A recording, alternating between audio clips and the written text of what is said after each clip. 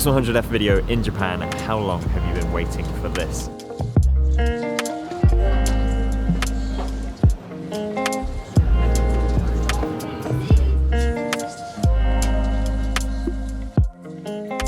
It's 2023. Is the Fujifilm X100F still a good camera? That's what we're going to address today. And also the X100V, which is the latest model, which is still actually about 2 years old. Is that worth it in 2023? Because they are so popular right now. They are sold out everywhere. I've been to the factory, I've seen them being made. They are coming, but they are definitely sold out everywhere. So I'm going to run through if this is worth it, but also what to look for if you're looking to buy one secondhand, and a bit of a guide price, because I have seen people paying double the full retail price on these, which is bonkers. Bonkers! So let's run through. Fujifilm X100F in 2023. Is it still a good camera? So at the moment, I've been using the Fujifilm X100F as like a daily runaround camera. To be honest, that's kind of how I've always used it. It's times when I just want a lightweight camera that is pretty powerful, has great quality imagery, that I can just take without it being too much of a burden. I know I'm wearing a big bag today, but that's because I'm carrying the camera equipment that we're filming with, but normally if I'm out with this, it's just the one camera in my pocket. So for those of you who don't know, the X100 was actually the first X camera from Fujifilm, and it's been out for over 10 years now. The X100F was the fourth version that came out in 2017, which was when I picked up this. There was the X100V, which came out in 2020, and that is the latest fifth version.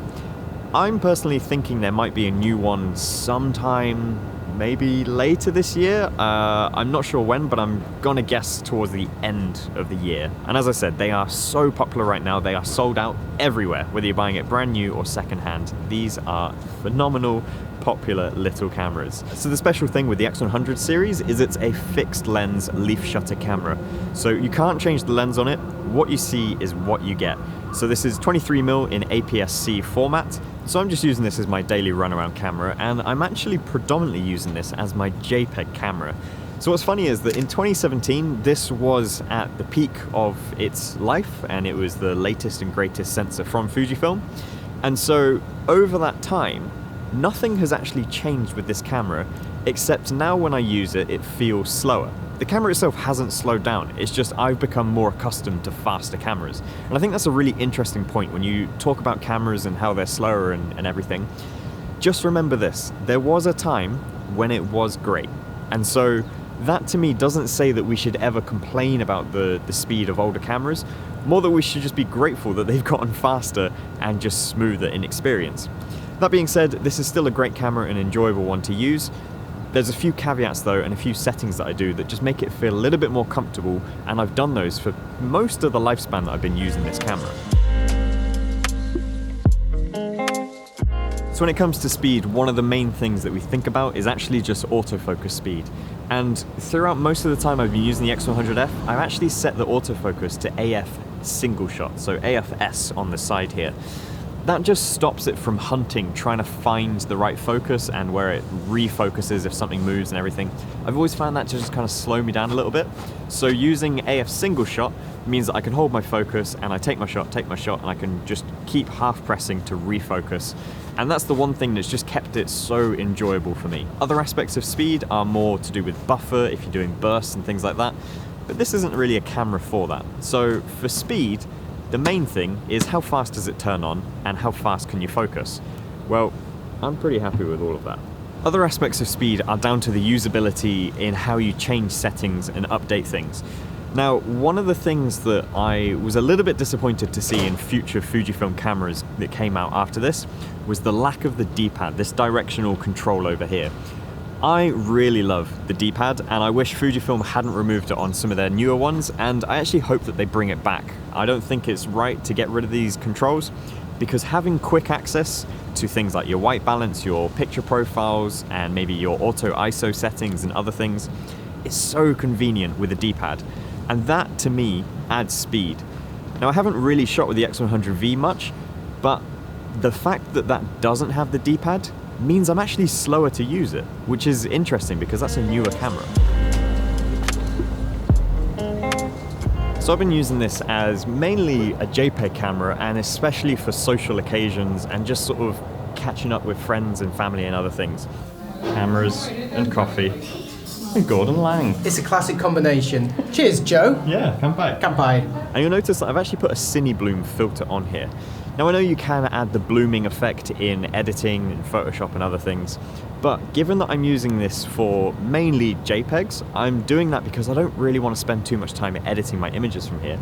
But also because I'm just capturing social occasions, I want to be able to have those images as quick as possible to share them with my friends and just people that are around me in the moment. And so having this filter on just allows that to happen super quick. So the Cine Bloom filter, by the way, it just softens the light that comes in a little bit, and it just diffracts some of the harshness. And so any sort of highlight, or in nighttime you got lights, they just bloom a little bit and they just give like a nice sort of glow around things. But it's also great for skin tones, and it's great for just reducing some of that digital effect to an image.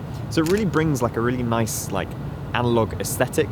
And it's funny because as much as people rave and shout about resolution, and then we go and slap a filter on it that just sort of degrades the image slightly, but it has this warming factor, and that warming factor is just so nice for social occasions, and this is my social camera. So the two combined work so well together. So I'm still kind of using my Cozy Chrome recipe.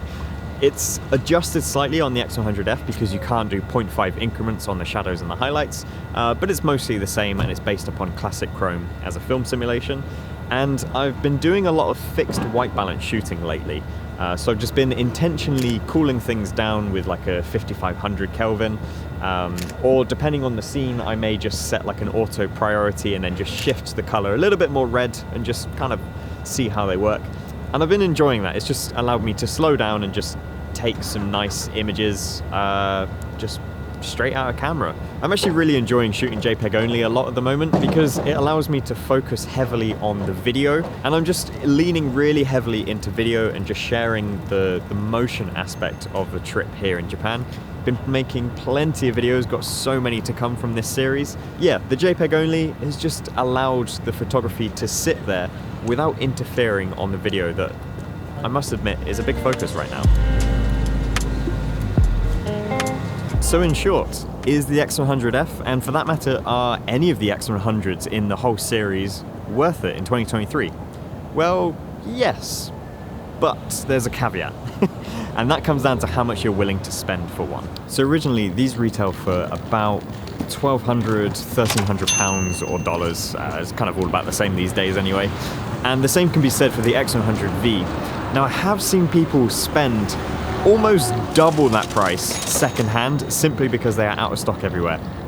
I don't recommend that at all. To be honest, I think if you want to get this sort of form factor and you're new to the idea of Fujifilm and creating JPEG recipes and things like that, you may as well just go for an XE4 and put a 23mm lens on it, and it'll be cheaper than what these are brand new if you're that desperate to try something new. But you know what, if you've got money to burn, it's your money. So there's a few things to note with the X100 series.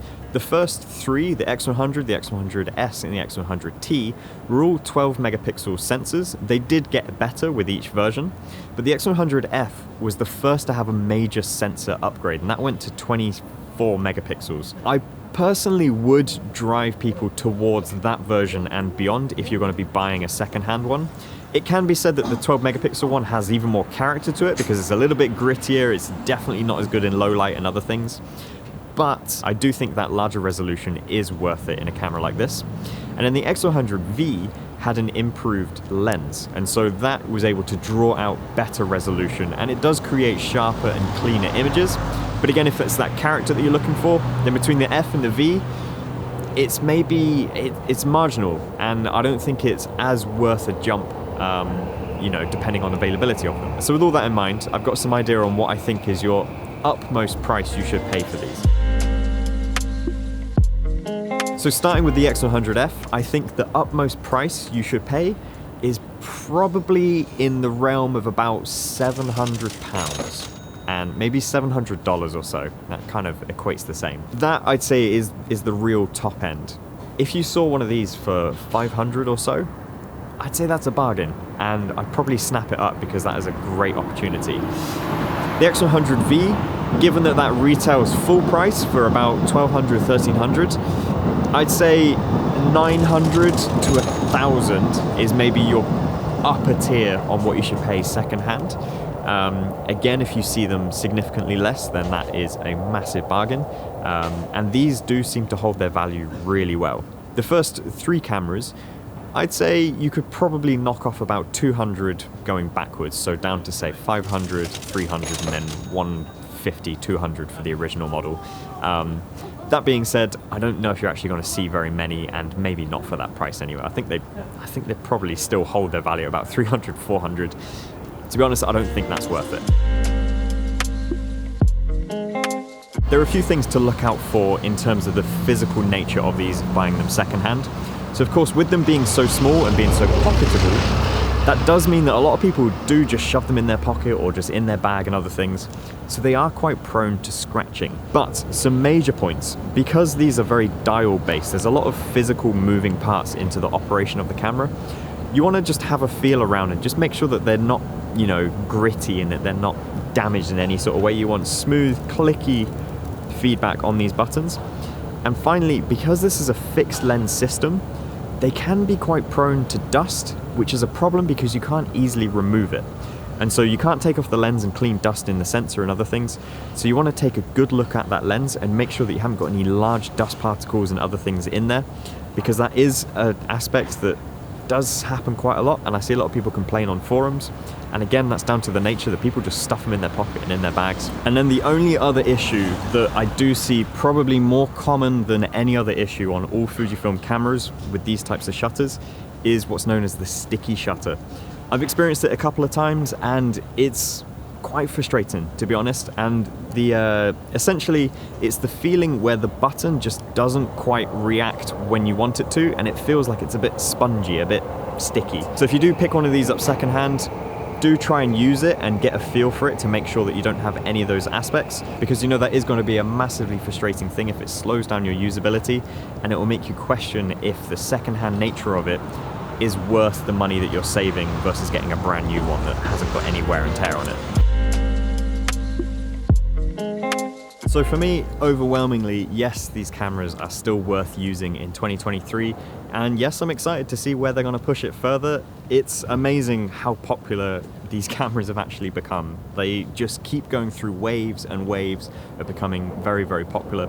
And I felt that for myself on my own channel. I mean, 2017, 2018, when I made a lot of videos about this camera, you guys loved it. That's how a lot of you found this channel.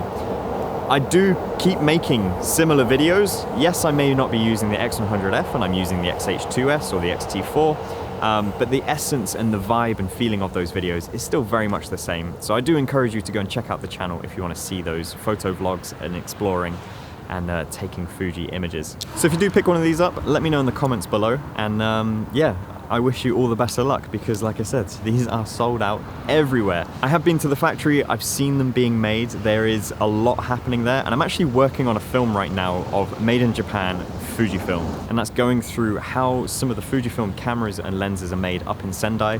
Filmed an awful lot. It's going to be a massive edit, so stay tuned on the channel because that is going to be coming very soon, I hope. And yeah, should be a big one, and we'll catch you later. Thanks for watching. See you more from Japan. Bye bye. What is your thought on the X100 in general? Like, how does it make you feel as a camera? It inspires me, Joe. I really enjoy using it. I think a camera can be a tool or it can be something for your artistic expression, right? I like being forced into that and the speed with which you can take pictures. You focus more on opportunities, timing, lighting, rather than going, that's a 50mm shot, wait a minute, I'll just change that around and oh no, I didn't have it set up right. It allows a more kind of organic approach that I just enjoy, and I love the way it looks. I think it's a really nice camera.